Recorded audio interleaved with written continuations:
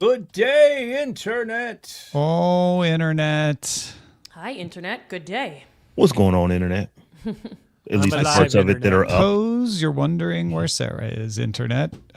Well, the Internet has abandoned her. Sarah is wondering where the Internet is. Exactly. She's wondering the same thing about you, Internet. Yeah, Internet, come back to Sarah.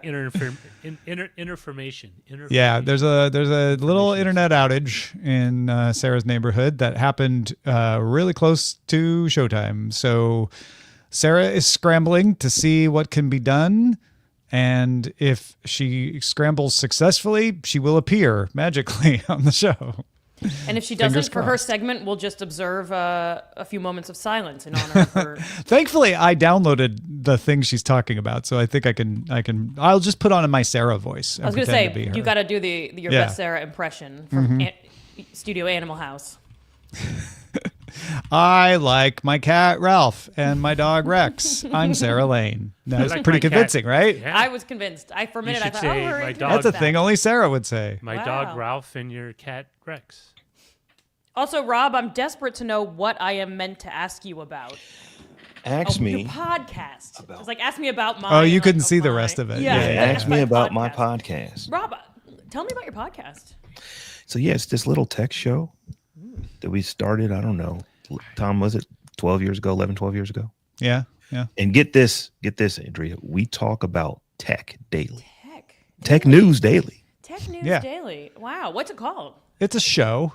Oh, it's a show. And you show where we talk about daily news tech of tech on a daily basis. I mean, those shirts are popular. I want one where it's Mad Lib, where you can put in your own, ask me about my hernia. Or ask me about So here's the thing. They have them for everything. They literally have them for everything. There's a bunch of flyers, like paper 8.5 by 11 flyers in my neighborhood that say, check out my podcast and please listen to my podcast with a QR code. And I kind of respect the analog hustle. Yeah. I'm sure if you scan the QR code, you get all the viruses. Oh, what if you put tape a dollar bill to it and say, there's 10 more of these if you sign up. There we go. It's the anti-Patreon. Here you go. You just donate money to listeners. Tape a 10 to it and wrap it around a USB stick and give it away for free. I heard that Mayor Mandami is going to make USB sticks freely available to everybody. That's right. It will be a socialist. And then once you put it on your computer, all your data gets shared with everybody else in the city as well. I mean, isn't... Oh, hi, Substack, by the way. Joe, I noticed that we had the wrong Substack up there, so I fixed it. Are we live on Substack? We are. I didn't know we could be live on Substack. Yeah. And remember when Substack was a newsletter provider? Sarah, Chris, and Andy are there. Yeah. It's like the not ready for podcasting time live player. I don't know. Time Life? like I was trying to think of like an SNL shtick to it. You could do everything in Substack now. You can cook potatoes. Did you know that the most consumed vegetable in the U.S. is the potato? Is it a vegetable? Yeah, I guess it is. Fair question. There's no seeds in it. There's eyes, but no seeds. I had potato for lunch. I did not have my normal sardines. I made fried potatoes and cheese. I had potatoes this morning. And is it even more so than soybeans? Do we use soybeans? Yes, consuming its potatoes, we export more soybeans. Yeah, because we sell our soybeans overseas. Okay. Also, most soybean is either used mostly, at least in U.S. food production, as oil. That's right. So a lot of it goes to China, gets turned into oil in China, and gets shipped back to us. Yeah, I'm working on an article on food imports and exports. 2 minute warning. It's weird because Purdue or Tyson was sending the frozen chicken carcasses overseas to get rendered, and then they would ship them all rendered out back to the U.S. We ship a lot of raw chicken out of the U.S. into China where it's processed and then back. Same with fish. I wish they could cook it like into my dinner, and then I would just... Well, there's weird rules, and I don't remember the details, but there's weird rules about like we can only import meat from China that has been processed, and we can only import meat from Canada that has not been processed, or like there's strange. I might have those swapped. I haven't finished. Well, I know for Canada it's because we take live cattle across the board. I mean, and hockey players. Yeah. So the hockey players have to be processed but if you want to import hockey them. players only really come in one direction. At least with cows, they go across the border. Like No, I mean it's a trade imbalance, but there are we do send a few north. A hockey player trade imbalance. Just kick up his heels down here for and we bring them in from Russia too. That's right. And we send Congratulations, them to like Las Vegas. Ovechkin. Yeah. Hang on, the reverb Mike grows potatoes in his yard. We have a nice. horticulturist, an and so does agriculturist. R.W. Nash. yeah? And he grows carrots as well. I'm impressed. Carrots. You have a veritable garden of victory, or what are they? Victory. 30 seconds. Zoe's not allowed to bring bacon. That's that works on a. Can you bring level. bacon back from the U.S. though? Because I know you like our crispy bacon, Zoe. But does it have to be cooked? Zoe, Like, are does you it in have to be Canada? Isn't Canadian bacon like the thing that everyone? No, Zoe's in the UK. He's in Oh, you're UK. the UK. Forget it. 10 UK cents. bacon. Yeah, Oh, that's much. That's the fat. It's good. yeah, full English. I don't like. Not a big fan of the beets though. The beans. I love it all. Have a good show, everybody.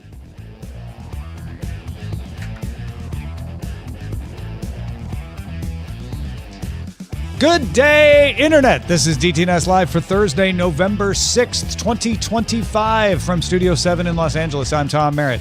From Columbus, Ohio, I'm Robb Dunewood. From New York City, I'm Andrea Jones-Rooy. And I'm the show's producer, Roger Chang. DTNS Live is made possible by you, thanks to all of you, including John Atwood, Pat, and Mike Cortez. John, Pat, Mike.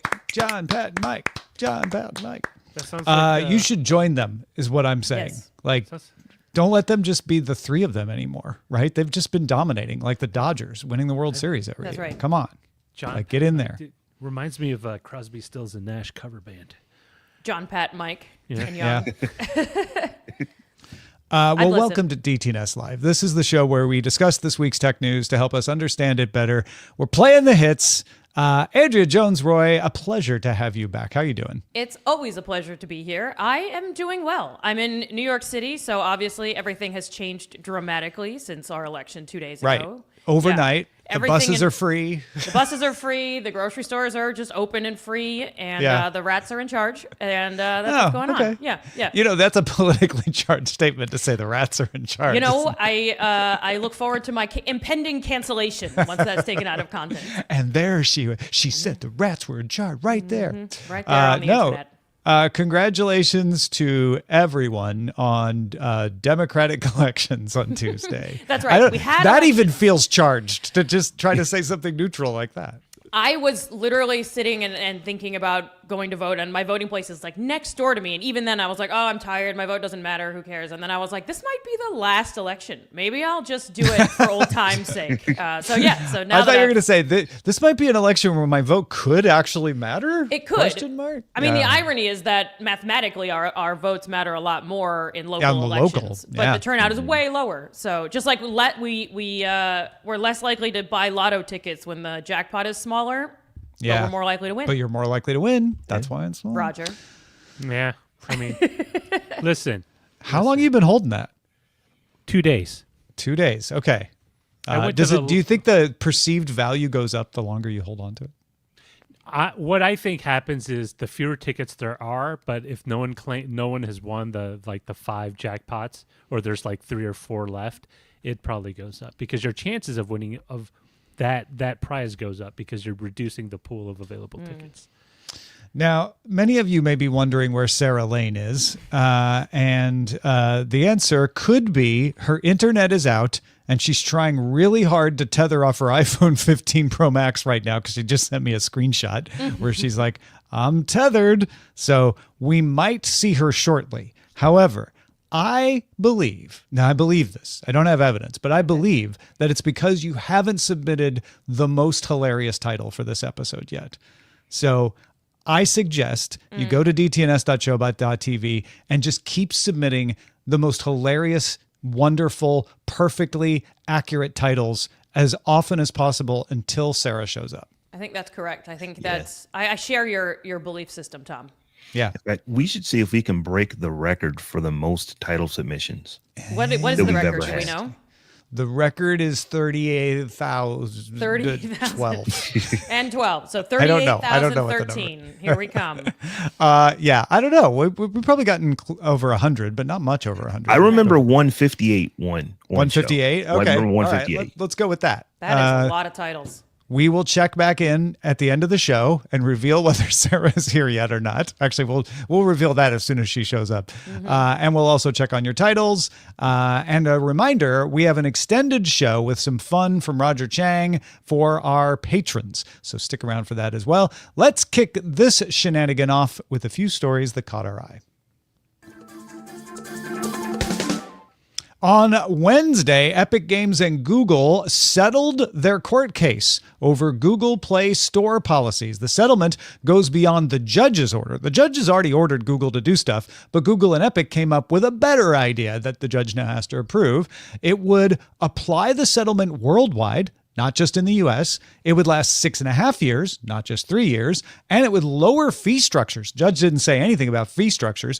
Google right now charges you 15 to 30%, depending on the situation, for your in-app purchases. Under the new agreement, it would be 9 to 20%.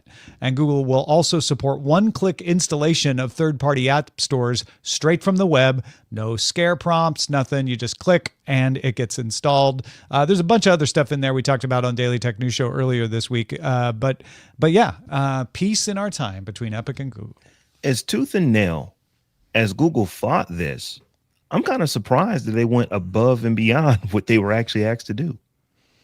I think they want Epic to go away, right? They just like, we don't want you to come back. If we follow the judge's order, you're going to be watching every step. And if we like put a toe over the line, you're going to drag us back into court. Let's just agree with you on something now. Finally, we uncle, we give. Let's do this. It's a little bit like a parent in the grocery store with a young child who's like, fine, we're just getting the chocolate bars, like Kit Kats for dinner. Yes, I can't take 6.5 years, 9 to 20%. Yeah. One click installs. Yeah. Fine. Yeah. Just anything to get me out of this situation. Bloomberg's Mark Gurman's sources say Apple and Google might strike a deal. They're getting real close, is what Gurman is saying now, to a deal where Apple would pay Google $1 billion annually for a custom version of Google's Gemini model. It's a 1.2 trillion parameter model, and that would power part of Siri for Apple Intelligence. Currently, Apple Intelligence model is 150 billion parameters. 1.2 trillion, I might point out, is a lot bigger than 150 billion. Apple reportedly chose Google after considering OpenAI and Anthropic as well. The new Siri is still expected to launch next spring. Do you think that Google is like, okay, yeah, it's just $1 billion less than we now pay you $1 billion less than we were paying you for search, because the search deal is still there. They're still going to be doing that. So is Google really happy about this? They it's probably like a discount on the search stuff. deal, right? Because I think they're making a little. Apple's making a little more on the search deal than they're paying for this. But it's a buy or build situation, and for Apple, I guess it's worth it to buy. They've got the cash anyway. Tinder is testing a new AI feature called Chemistry in New Zealand and Australia, aiming to revitalize its dating app after 9 consecutive quarters of declining paying subscribers.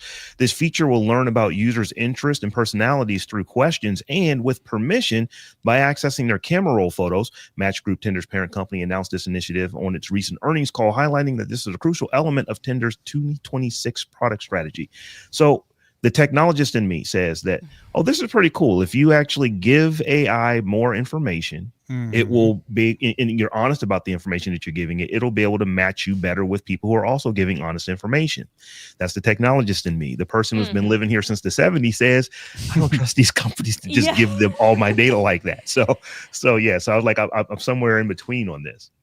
I'm with you. I was like, does this make me old-fashioned and yelling at the sky and the lawn if I'm like, please don't look at my photos, random dating app? Like, that can't be. I also get nervous from an algorithmic perspective where it's like, what, are they going to look for all the pictures of me fishing and match me with all the other people fishing? Like, that doesn't mean we're good matches. I'm sure it's more sophisticated. Plenty of fishing. There's plenty of fish in the sea. Yeah. Plenty of fish in my camera roll.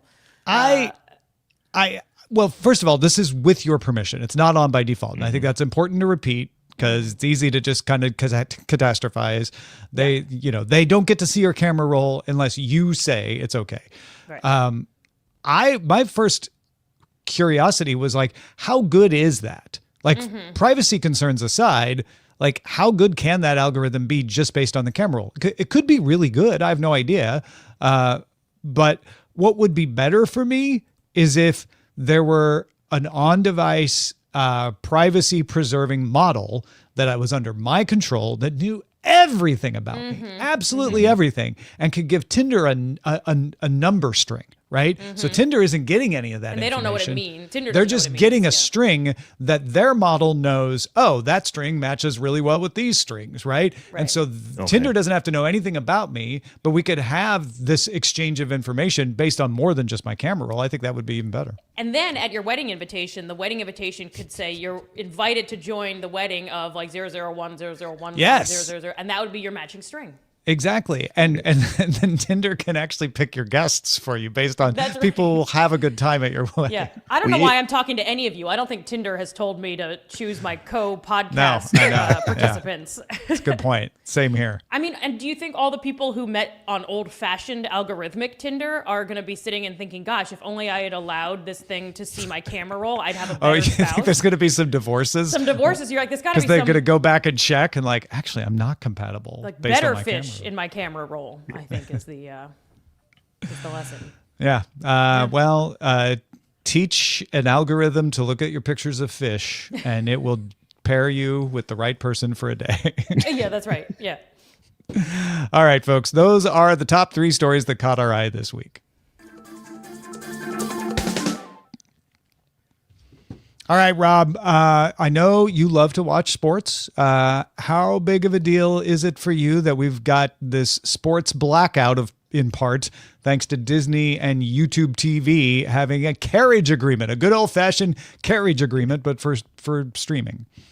So I'm not actually a YouTube TV subscriber, but I'm not sure that I would care that much if I were, and I lost Disney content. So long as YouTube TV as long as it actually is going to decrease my price by at least the amount that the NBA package cost, because I would care about missing NBA games. Quite a few NBA games come on there. Beyond that, though, I don't think I consume really any other Disney content via, like, I actually use Hulu. I don't think I would look at any other Disney content. So if I were a YouTube TV subscriber, I don't think I would really be bothered by that. So that's just me. I know a lot of people probably are, feeling some type of consternation, but that's just me. Now, the problem here, and the reason this is, it's been a week today, actually, that this has been going on.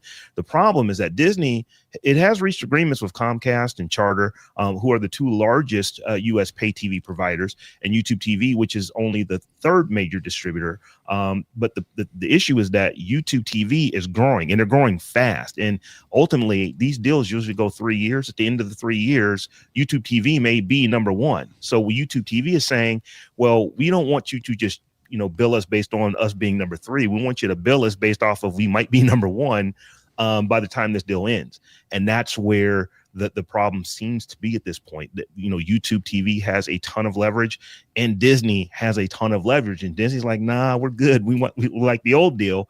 So this thing is now strung out, and we are missing sports. We've missed football games. We've missed Monday Night Football. We're missing NBA games.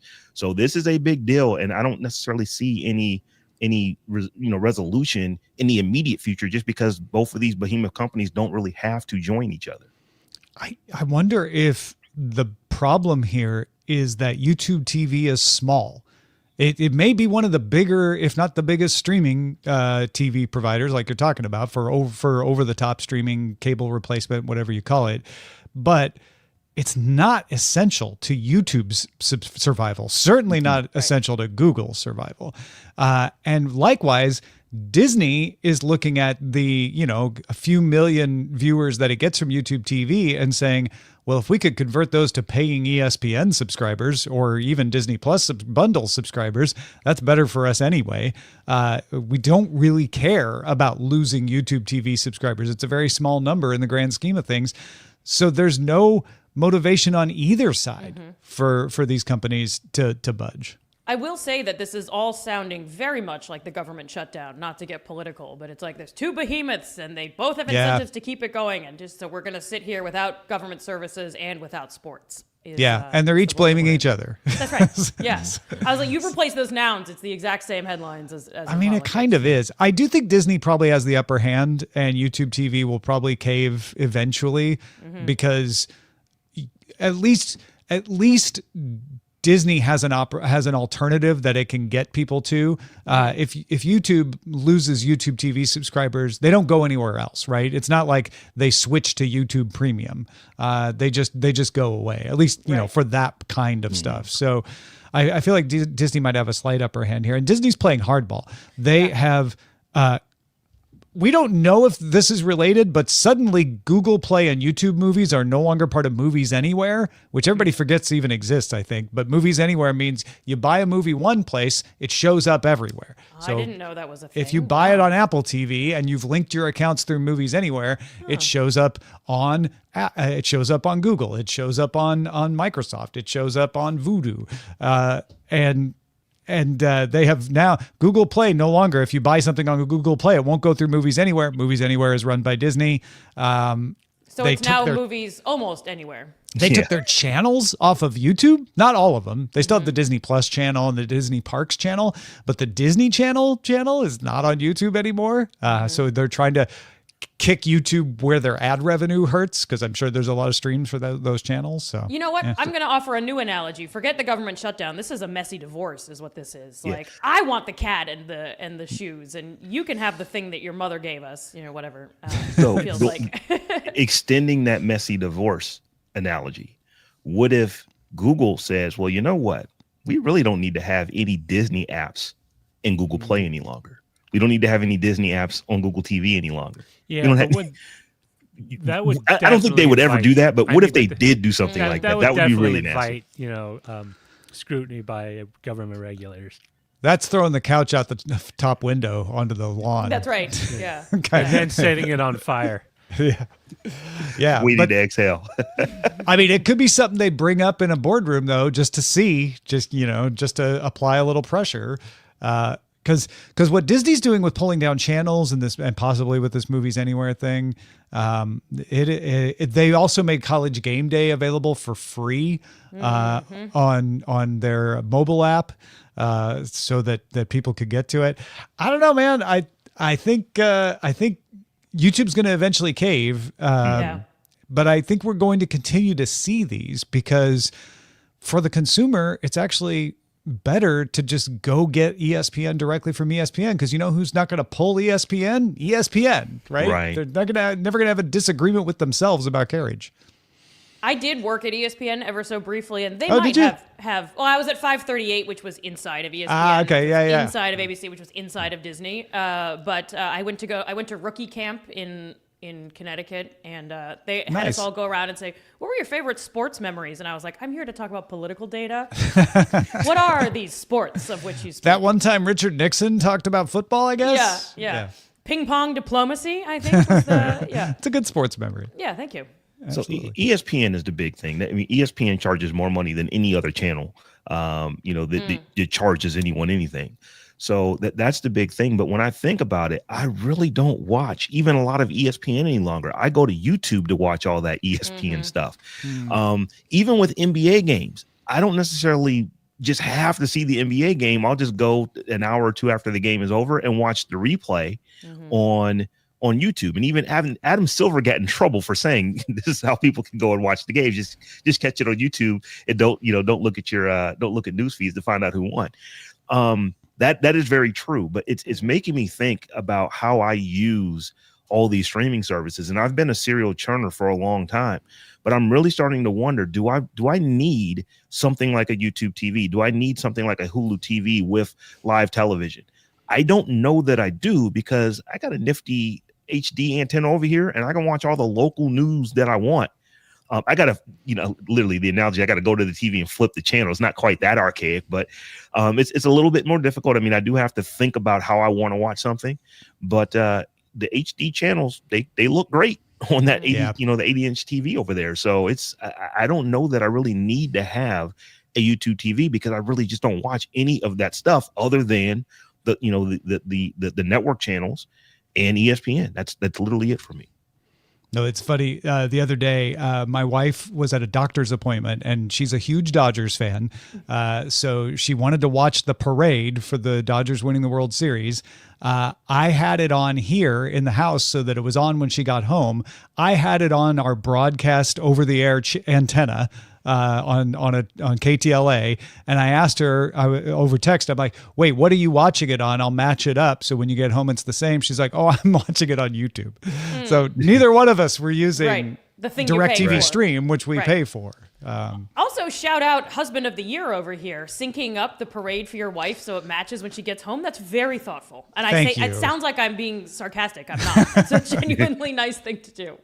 Yeah, especially when my team sucked this year. So Who's your team? thank you. The St. Louis Cardinals. They're Sure. just Yep. They weren't anywhere close. But yeah, I mean, I think we keep DirecTV Stream now just in case. Like, I don't know if we need it because we can get Sportsnet LA through the MLB app. We can get Sportsnet for the Lakers through the through the NBA app.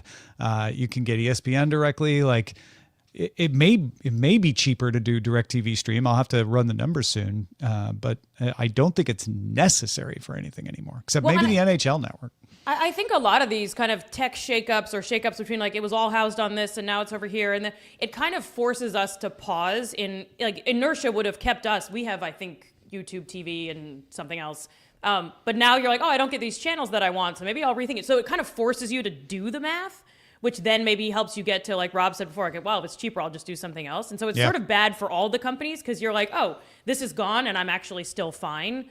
This is a moment for me to not go back at all. And so I would imagine that this kind of disruption is not great because it's usually we just keep subscription services, at least for me, because I kind of forget I have it and I don't bother to see if there's another way I could get something. So these points of inflection seem like they're, as you said, good for the customer, if annoying, and bad for the big groups. No, it's a great point because back to your point, Rob, the YouTube TV Disney carriage dispute is not the same. Back in the day, Comcast would have a dispute with Disney, the channel would go off and people would scream at the cable company, right? Mm-hmm. Because there wasn't anything else they could do. These days, the carriage dispute happens and you just switch to a different system. You know, you're like, it's easy. Like, oh, I could just go to Hulu, or I could just go to Sling TV, or I could just buy ESPN directly. Like, you have other choices. Or we just don't watch it anymore. It's like, or you just realize it's not worth it. So much content that if something goes away, it's like that actually might be a favor to you because you're not wasting time watching one less stuff. thing to worry about. All right. Well, navigating the world by Google Maps just got a little better. In the coming weeks, Google is adding Gemini to its Android and iOS Google Maps apps in the US and India, bringing more conversational abilities to your navigation. A few of the things you can do now, or will be able to do shortly, is ask detailed, context-aware questions. So you're driving along and you can just say, hey, Gemini, is there a kalguksu restaurant with easy parking within a few miles? And it'll say, oh, yeah, it's this one. It's on 3rd Street. Do you want me to add that as a stop? Gemini can follow up on requests too, like share your ETA with a contact. That's something that's Android only. Add a calendar reminder. You can do that in iOS as well. You can also alert Gemini to traffic conditions. So you can just say, hey, there's some flooding on this area of the road, and it'll know where you are. Or there's an accident here, and it'll be able to add that as a safety alert for other drivers. You can also use Lens when you arrive to point it at something and say, is this a good place to eat? Or, you know, what time does this place close? Directions become more natural. That's actually available right now in both apps. So instead of saying, turn right in 500 feet, and you having to try to figure out what 500 feet is, it can say, turn right before this stoplight, or turn left at the Tommy's Hamburgers, like literally give you landmarks based on what's in its database.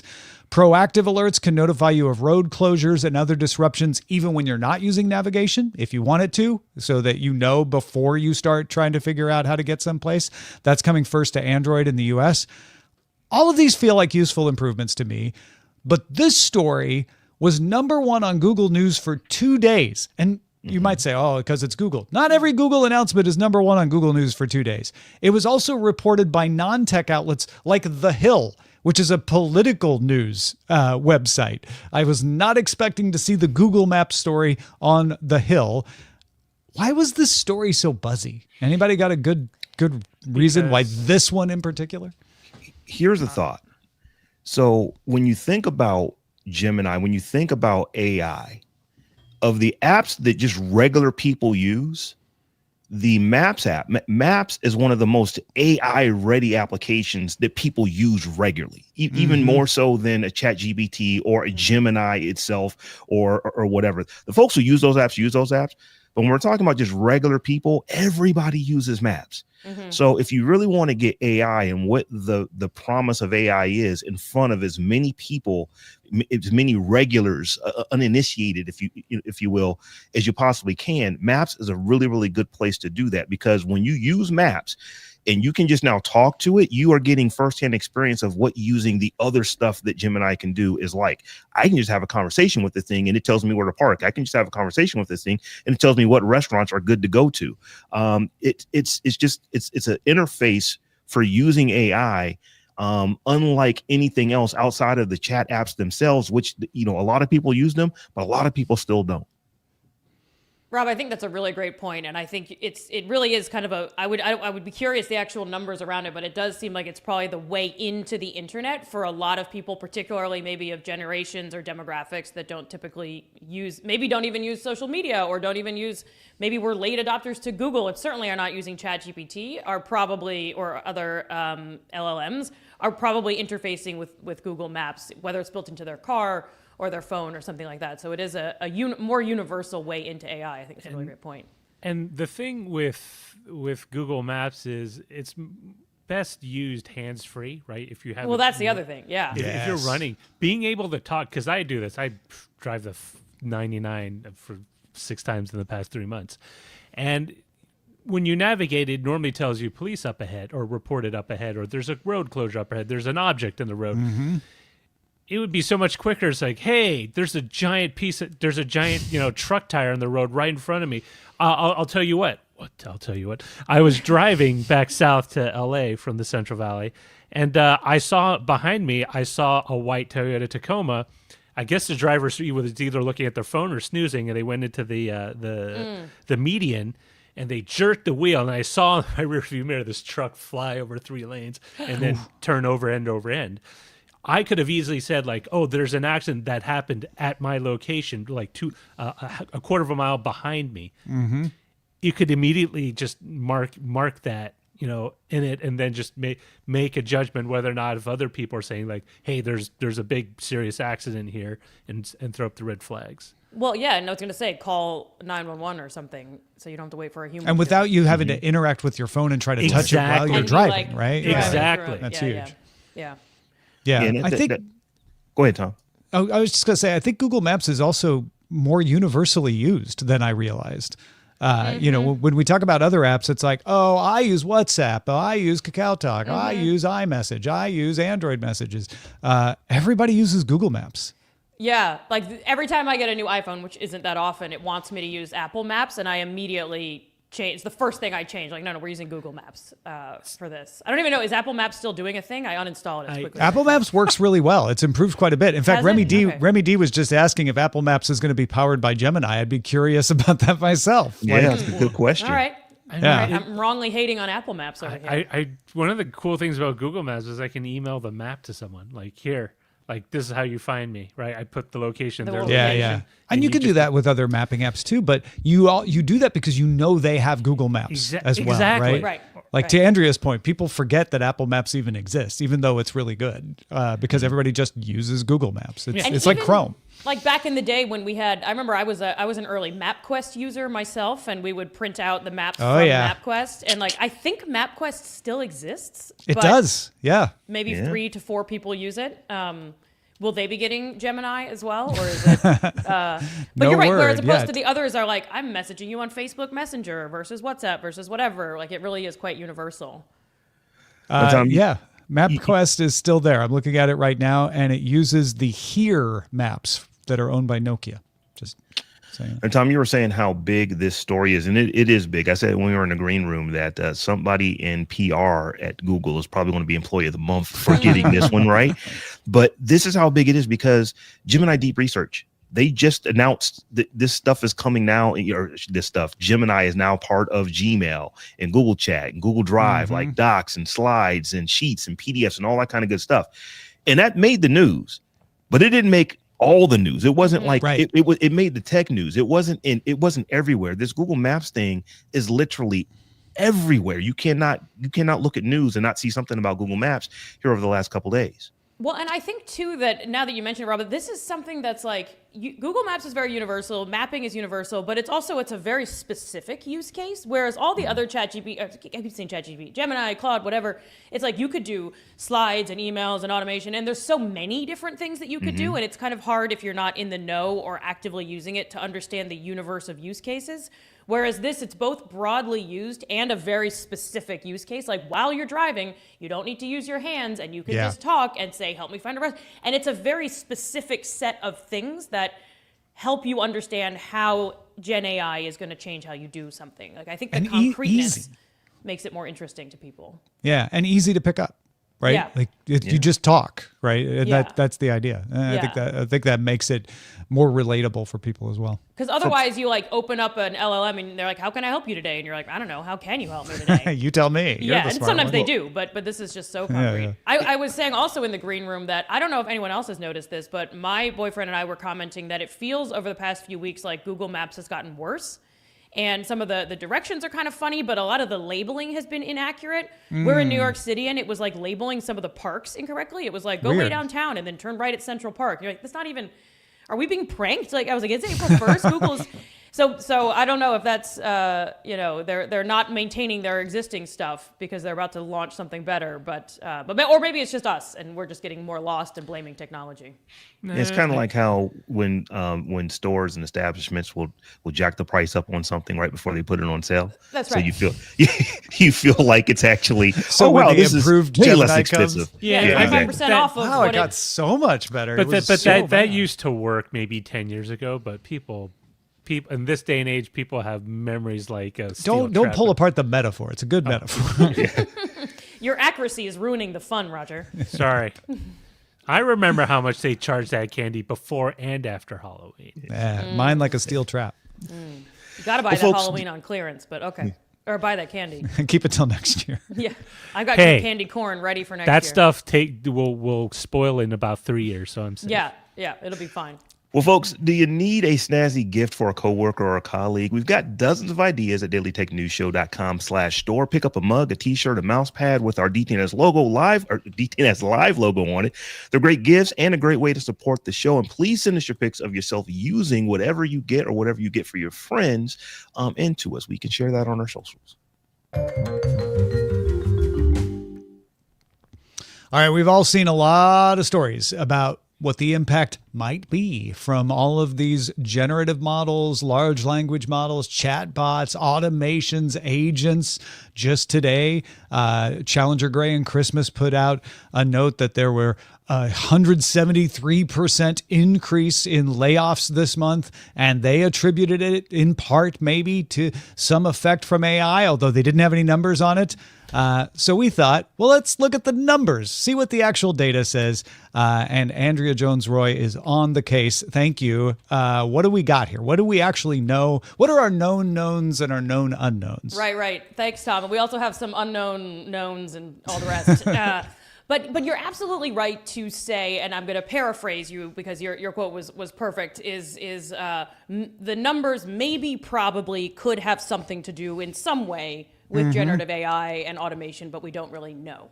And so, for the past 33 months, for those who have been counting, since ChatGPT came online in November of 2022, we all, myself included, have been talking about, thinking about, worrying about, stressing about, reading about job loss due to AI.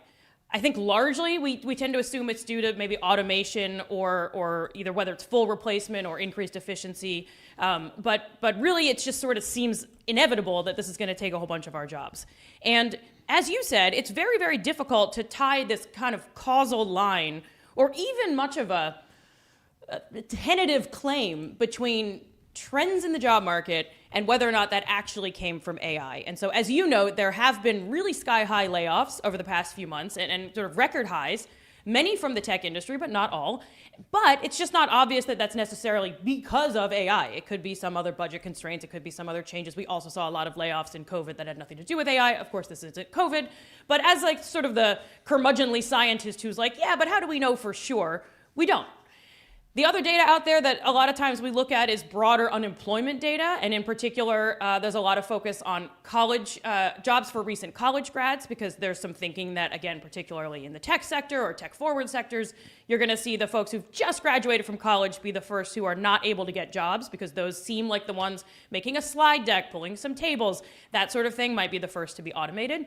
And maybe there's a teeny tiny little shift in unemployment rates, but really nothing historical, no amount of numbers that would cause us to pause if anything else were going on. And even the index that you cited, Tom, is sort of known for being quite volatile. So these short-term numbers might be just blips. So I got to thinking, is there some other way that we can figure this out? Because I, like many, am worried, and it sort of feels like we're all losing our jobs, but are we?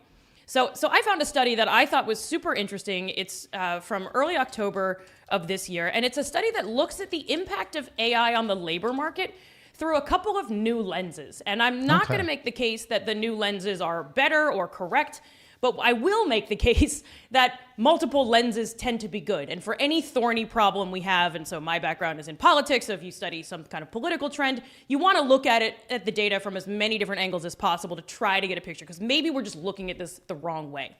So they offer two ways of thinking about the ways that might be seeing AI impact the labor market that is a little bit more nuanced than the just kind of like jobs are being cut and or unemployment maybe is going up a tiny bit for this particular group, but not that much.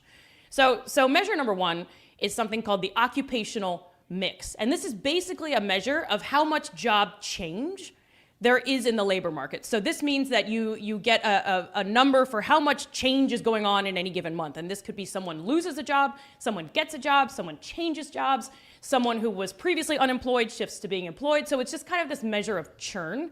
And one thing to note about this, the jobs being cut and the jobs layoff numbers from before, is that doesn't tell us anything about what happens to those workers. It doesn't necessarily mean that they don't go and get other jobs. It's probably hard, I don't mean to dismiss it, but that's not...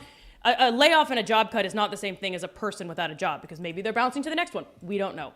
So this measure of churn basically shows that the level of churn in the economy since November 2022 has increased a tiny bit in the churn in the labor market.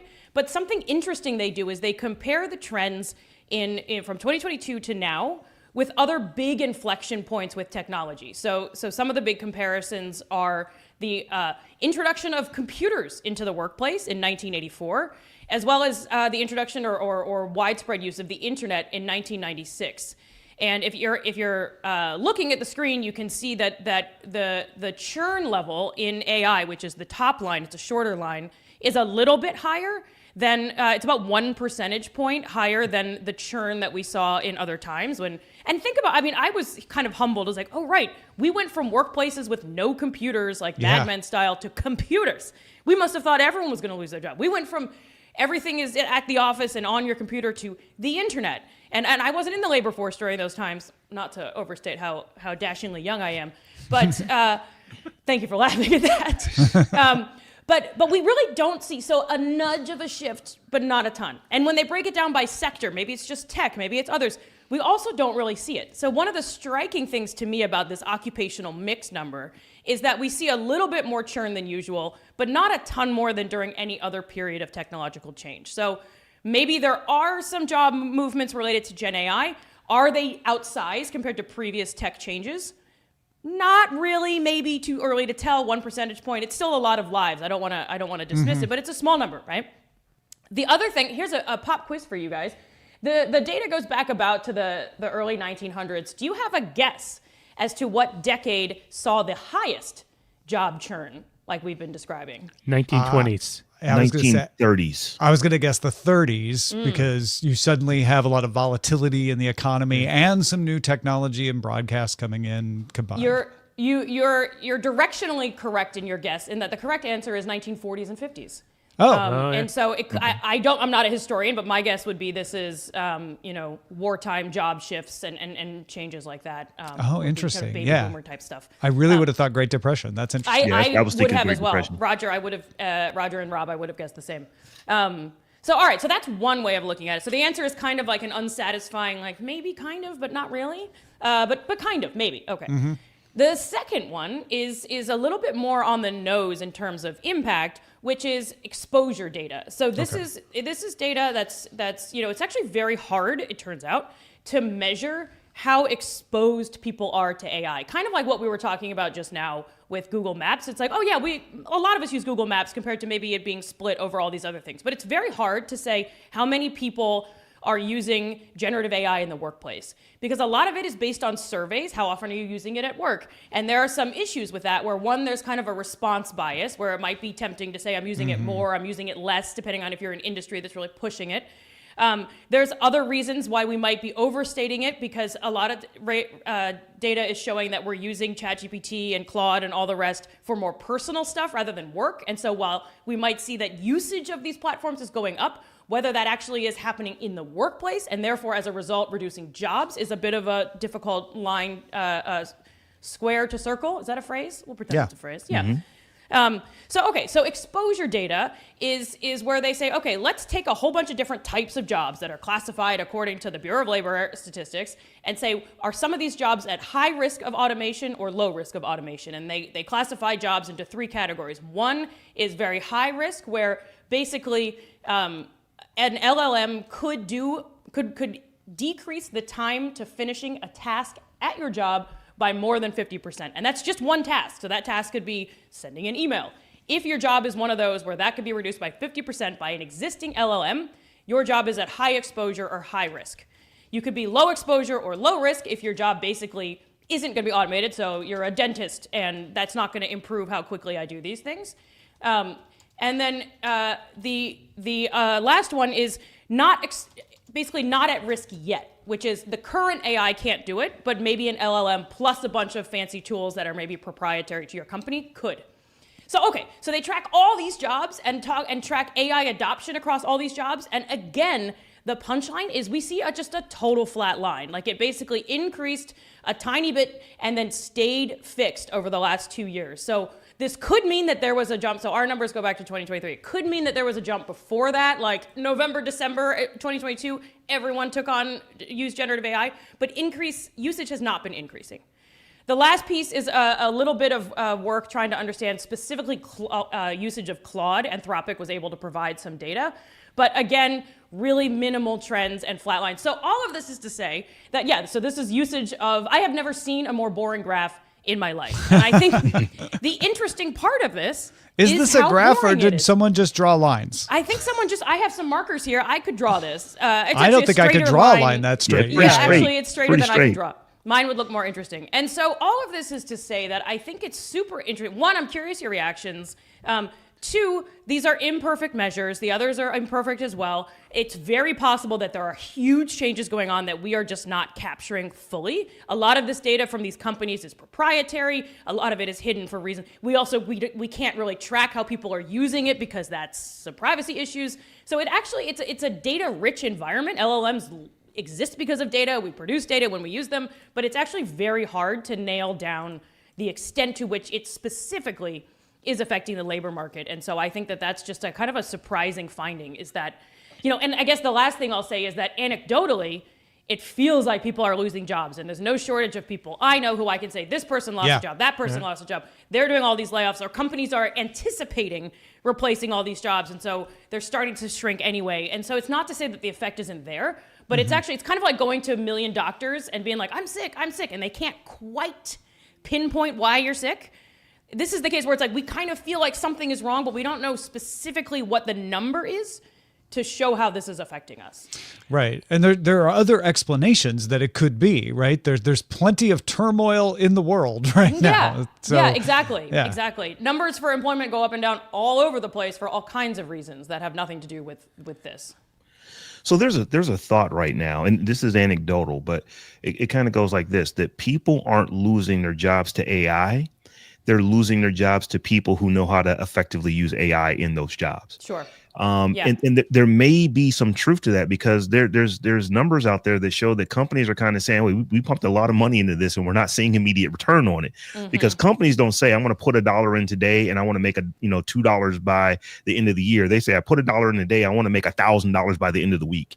It's generally how a lot of companies run. Yes. So I think that they've pumped a lot into AI, and are not seeing as far as profit immediately at the end. So they're kind of saying, whoa, okay, let's look at this and figure out what makes sense. Now, that being said, I do believe that there are people who have jobs today that just by the nature of what they do, AI can do it, and probably in the not too distant future could probably do it better than people. But I just don't know that we're there yet. I think that we're still a little bit of a ways off from that. And the thing that makes me nervous about all these graphs is they're so steady. Maybe tomorrow they change, right? Sort of like the you're gonna get a spike. The footsteps of the T-Rex in Jurassic Park. Like, we're just like, it just needs to be a little closer, and then we're gonna see it go. So like, we don't know if maybe we're just looking at these numbers too soon, because employers are moving. They try to move fast in the sense that, hey, I put all this money in and now I'm not seeing my results. But it also takes a while for jobs to fully change and for people to really adapt these things, and maybe we're not really there where it's accelerating productivity, but we haven't totally tipped to replacing a whole person yet. Well, it's interesting because like sometimes it's in the places that these new tools are used that we least expect, right? Like when the internet came out, a lot of people, it's now you get rid of the yellow pages, you get rid of all these advertising because you got a space on this on the internet that you can camp out on. But really, one of the most immediate things was the loss of classified ad revenue, right? Because suddenly you had things like Craigslist, which before, people may have traded like, on Usenet forums or whatever. But when you had Craigslist immediately available, it's like, well, I don't need to put a thing in and add a classified ad listing. No one sees it anyway. This is online, and then suddenly everyone just sort of took to it like there's a tipping point. Yeah. And to that point, the biggest damage that the loss of classified advertising happened to was newspapers, which are still around. They're not doing great. But we're still talking in 2025 about what is going to happen with newspapers. What is their fate? And now we're talking about it in relation to AI, right? But you would have thought with the internet conversation in the 90s that they would be long gone by 2025, right? That's right. It would be interesting to kind of go back and do an archive study of how we talked about those things. Yeah. Because that was my memory, was that when I was in college, it was like, it's a matter of days before all of the news is gone. And I got my first job in 1986. So I definitely remember people talking about, well, computers are going to replace us all. That was just a casual thing people said.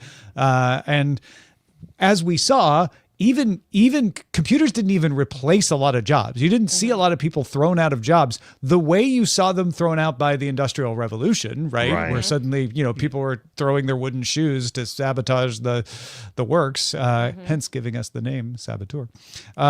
Instead of that, you saw people get their jobs changed. Well, we're not going to have you do that anymore because we don't need to. The computer can do that. But now that you have this extra free time, we can have you do this other thing that's beneficial for our company that we could never have afforded to do before. That's right. So you should go do that now. And there's also that gets dismissed a lot because people are like, oh, greedy companies won't do that. And the fact is, greedy companies will do that because it makes them more money. Right. And oftentimes people conflate things like economic and political policy, where, for example, we start a program where we make it easier and cheaper to do some of the work overseas. Well, that isn't a technology thing. That's just a policy shift, and people just kind of put everything together in one giant lump as, well, this is all technology, or this is one thing. It's very easy to take a very complex thing and pick the blame variable that you want to tell a story about and point it there. I will also say something that was striking to me about the research is that, so my first job as a professor was in 2013 to 15, and I remember talking with my students. They were very worried about automation and the automation of jobs and losing jobs, and so I was advising on people about in this kind of about to be college graduate entry. And we were all very nervous that they were going to get jobs with automation, all of this. And to Tom's point, just like times before, it really didn't transpire that way. And it ended up that whatever we thought was about to be automated, there ended up being a job that was sort of like many folks in the chat have said, your job is now to supervise that thing. Or now that we know you can do twice as much, we now expect twice as much. Kind of like when we got dishwashers and laundry machines in the house, we started just expecting houses to be cleaner, right? So there could be just that effect. But this particular study literally used the months of 2016 and just before and just after as its control to compare trends. So it was like times of shift. So onset of the internet, introduction of computers in the workplace, ChatGPT, and then it used 2016, the very period where I and my students were most concerned about job automation, as the control, because so little actually changed during that time. And so it also goes to show that what we feel like we are talking about is sometimes a function of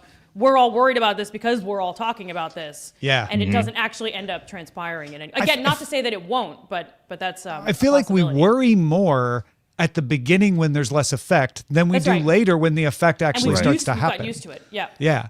Because I always think about the fact that at Tech TV in 1999, we were contractually prohibited by cable companies from putting up more than 10% of our video content on the web at a time when no one could stream video. And if you could, it was like a postage stamp version. I mean, nowadays, where you got full fidelity 4K video streaming on the internet, there's no restrictions, right? Everybody can stream all their content no matter how much they want. And Tom, although I remember 86 well, I wasn't working in 86 because I'm so much younger than you. I know. But I'm the ancient one on the panel. I understand. Folks who were thinking that, man, this is going to put everybody out of work, they weren't thinking that 20 years later, there was like data scientist as a job. Exactly. So a lot of people, they didn't get put out of work. They just learned to work in other areas that computers enabled them to do. And maybe that's kind of what's going to happen with AI, that it's going to enable us to do other things that we just didn't do before. That's right. There's four people on this panel have jobs that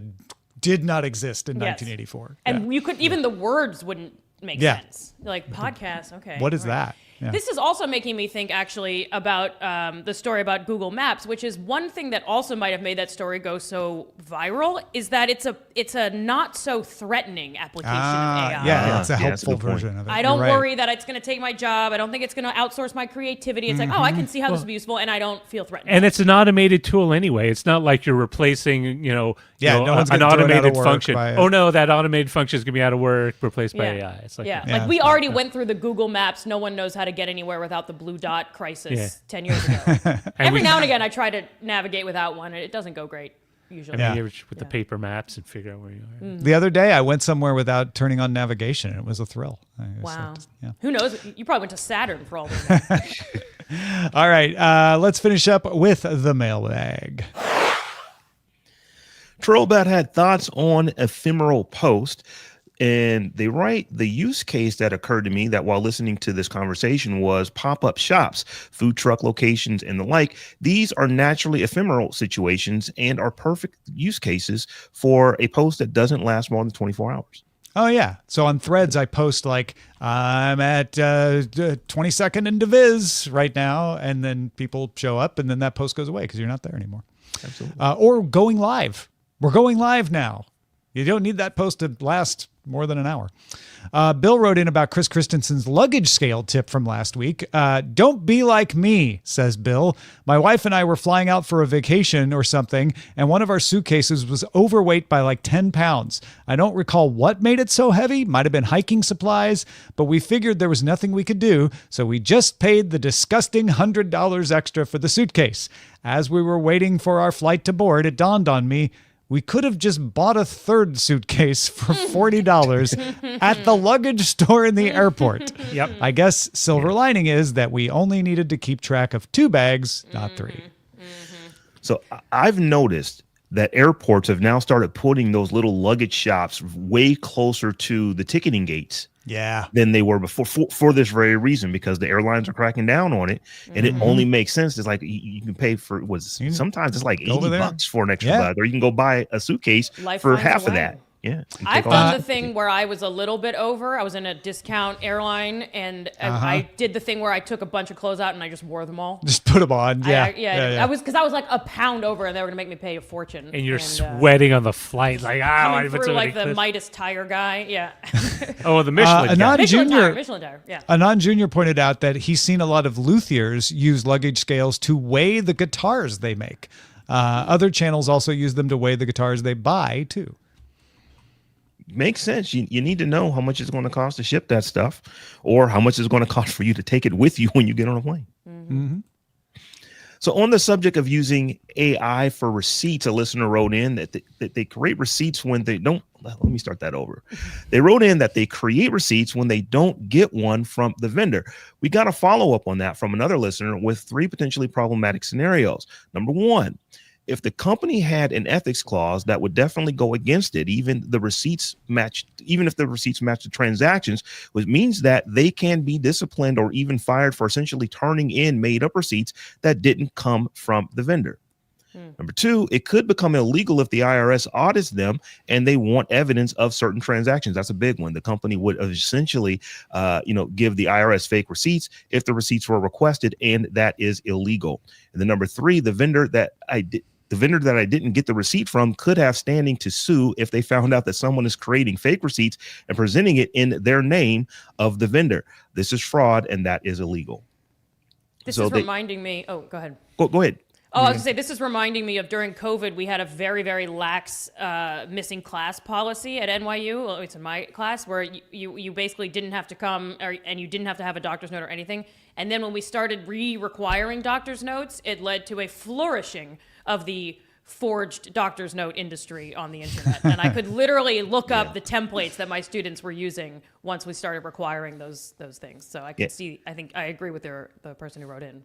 Having been someone who's had to approve a lot of expense reports, one of the things we always preach, if you don't get a receipt, just make sure that you paid for it with a credit card and give us that. We do not want fake receipts for these very reasons. We cannot use fake receipts in our accounting. That is absolutely against the law.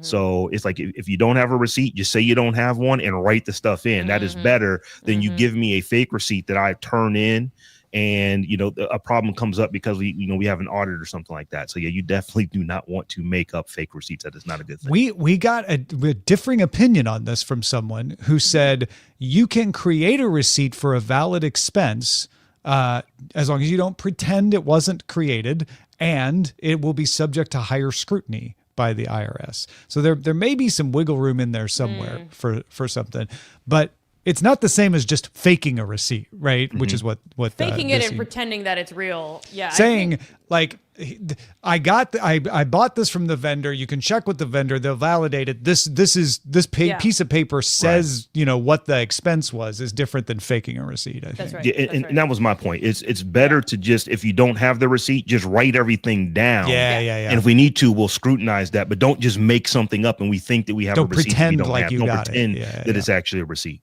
Yeah. Well, if you're looking to save money on your next trip while also being eco-conscious, don't worry. Chris Christensen is back with another app for you. This is Chris Christensen from Amateur Traveler with another Tech in Travel Minute. If you're looking to save some money, whether you're traveling or not, this is not just a travel tip. There is a way to save money and actually be good for the planet, and that is Too Good To Go. This is an app that lets you find restaurants, bakeries, coffee shops, things near you that are going to have to throw something out at the end of the day because those bagels can't be sold tomorrow, for instance, or that dinner needs to go today or not. And you can get deeply discounted deals on baked goods, dinners, all sorts of things, not just in the U.S. This is actually a European company, so you can do it while you're traveling as well. This is Chris Christensen from Amateur Traveler. Oh, nice tip. We've seen that app, but we haven't used it yet. I used it for a bakery that used to be in New York. It's now in LA. Aaron McKenna's Bakery. It's lovely. And it's vegan, gluten-free, all those things. So therefore more expensive than you want it to be. And we would get kind of cool random mixes of stuff at the end of the day that they were going to throw out otherwise for way cheaper. Maybe I can start getting it from them now that they're in And Los you can tell me what Angeles. it was like now that they're no longer in New York. Yes, please. Oh, interesting. Tom on the live stream. Yeah. Keep those comments coming. I love getting these comments. You can make them on our Patreon, patreon.com/DTNS, like Anon Jr. did, or you can just email them to us like most of the people did here, feedback@dailytechnewsshow.com. Big thanks to Andrea Jones-Rooy for being here. That was an amazing explanation of all that stuff. Thank you so much for putting in so much thought and work on that. I really appreciate it. My pleasure. As you know all too well, I always love a chance to talk about the data behind the things that we care about. And we all win when you do. So if folks want to follow more of what you're doing, find more of the talks you give and all of that, where should they go? You can find me on the various social medias at Jones-Rooy, JONESROOY, and my podcast, Behind the Data. It's at behindthedatashow.com, and it is very generously part of the Daily Tech News Show. I said data instead of daily. Tech. The D stands for data, right? Today it kind of was. DTNS, yes, the DTNS network. Fantastic. Go check it out. During the show, tongue twister day. During the show, you've been submitting titles over at dtns.showbot.tv, and we didn't get a record today, but we are at the top end of normal of what we normally do. So a lot of you folks actually listen. Yeah. So just going to go through a couple of these here. Let's see. I'm going to start right off with the Reverb Mics, rethinking live TV, because I'm actually doing that. Plenty of fish in my camera roll from Stealth Dave is a funny one. I like that one. Nick with the C tried to summon Sarah back. She actually was able to tether, but she couldn't get StreamYard to launch. Nick with the C tried really hard with the most hilarious, wonderfully accurate title. That's that's the title that he wrote. I like it. Analyzing AI and unemployment using data. This is what the show was about. This is what we talked about. That's by Zoe Brings Bacon. I enjoy myself. You won't believe the job churn in my artisanal butter making business. There's just a lot to unpack there and a lot to love. So that has my vote.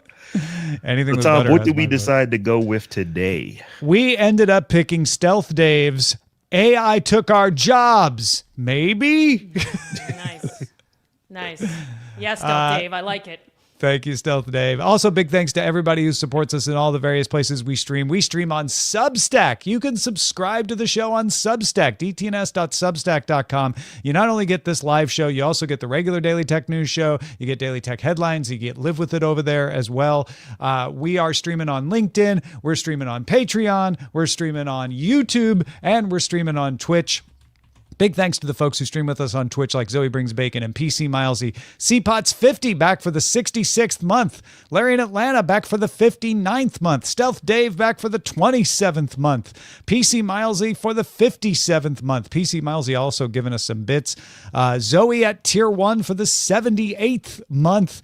Reached a 3-stream streak earlier. Dre 2012, welcome. Good to have you following us. Thanks to everybody who supports us in all the various ways. Oh, Brian M64 for the 48th month.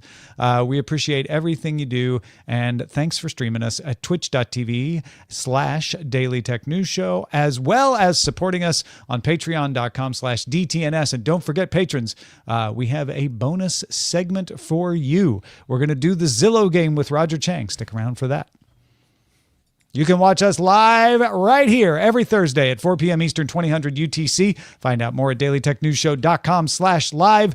Be sure to keep up with Daily Tech headlines, Daily Tech News Show all week, plus weekly Live With It episodes, new hangouts throughout the week, and some bonus weekend content. See you next Thursday, everybody.